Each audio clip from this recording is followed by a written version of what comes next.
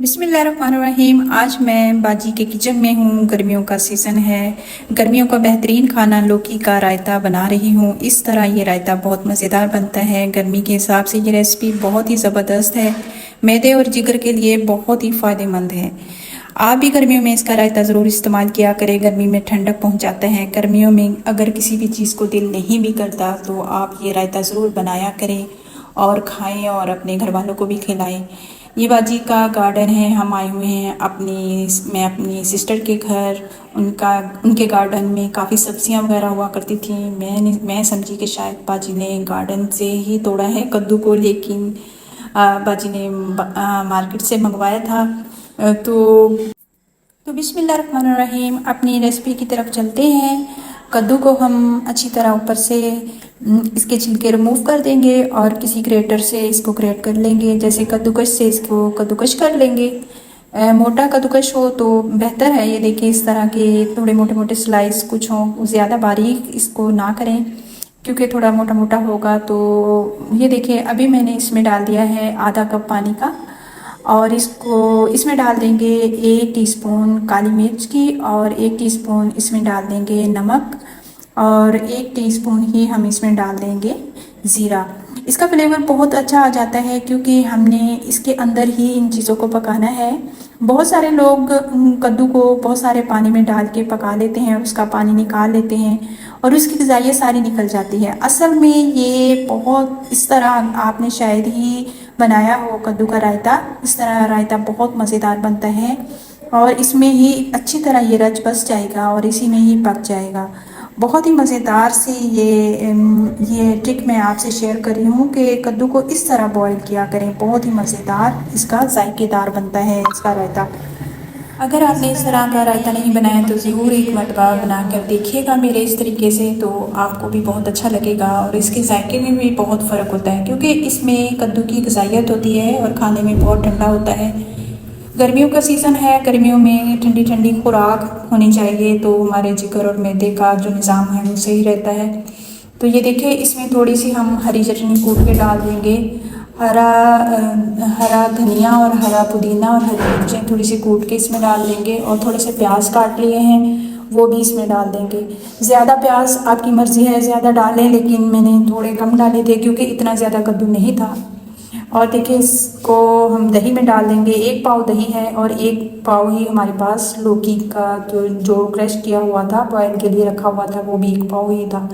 इसमें हमने अब डाल दिए हैं प्याज स्लाइस में कटिंग किए हुए, वो इसमें डाल देंगे और इसको अच्छी तरह मिक्स कर देंगे। क्योंकि कद्दू में हमने जो डाला था काली मिर्च, नमक और ज़ीरा वगैरह डाल दिया था, उसमें हस्बे जायका उसके हिसाब से अब जो दही में डालना है दही के हिसाब से डालेंगे थोड़ा थोड़ा। ज़्यादा हमने स्पाइसी नहीं बनाना, बहुत लाइट सा बनाना है क्योंकि हम इसको बिरयानी के साथ भी खा सकते हैं। इनको वैसे ही रोटी के साथ अगर खाना चाहें वैसे भी खा सकते हैं, किसी भी तरीके से। ये बहुत ही मज़ेदार और बहुत ही ठंडा होता है, तो फ़ायदेमंद होता है। ये देखिए, प्याज अभी इसमें मैंने डाल दिए हैं। प्याज लू को कम करते हैं, प्याज अच्छे होते हैं। तो अब इसमें डाल देंगे हम वो जो कद्दू हमने बॉईल किया था उसी के पानी में। थोड़ा सा हमने हाफ कप लिया था पानी, उसमें बॉईल कर लिया था और अच्छी तरह तकरीबन 6-7 मिनट जब पानी इसमें खुश्क हो गया, हल्की आंच में पकाया था। जब पानी खुश्क हो गया तो इसमें हमने अब निकाल के दही में मिक्स कर दिया है। और अब इसकी ख़ास जो चीज़ है, अब इसका तड़का लगाएंगे। तड़का दही का रायता हो या कद्दू का रायता हो तो उसमें तड़का अपना ही मज़ा देता है।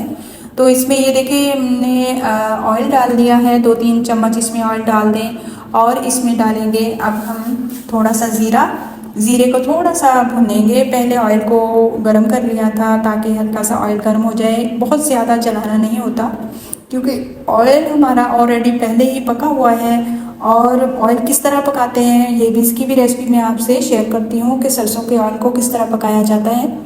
और इसमें थोड़ी सी कुटी मिर्च डाल के अब इसमें हम रायते के ऊपर डाल देंगे। बहुत ही मज़ेदार और यम्मी सा हमारा कद्दू का रायता बन के तैयार हुआ। गर्मियों की बहुत ज़बरदस्त स्वाद है, गर्मियों की बहुत अच्छी रेसिपीज़ है ये। कद्दू का रायता बनाएं, अपने घर वालों को खिलाएं, अपने बच्चों के लिए ये बहुत अच्छी चीज़ है क्योंकि इसमें दही भी होता है और इसमें लौकी अपनी ग़िज़ाइयत रखता है। तो इस तरह ये हो गया हमारा कद्दू का रायता बनके तैयार। और ये अभी हम दस्तरखान पे हमारी बिरयानी का पतीला आ चुका है। इंशाल्लाह नेक्स्ट टाइम मैं आपसे बिरयानी ज़रूर शेयर करूँगी। बाजी की बिरयानी बहुत मज़ेदार होती है, तो बहुत जल्दी झटपट बना भी लेती हैं। तो इंशाल्लाह मैं उनकी बिरयानी आपसे ज़रूर शेयर करूँगी।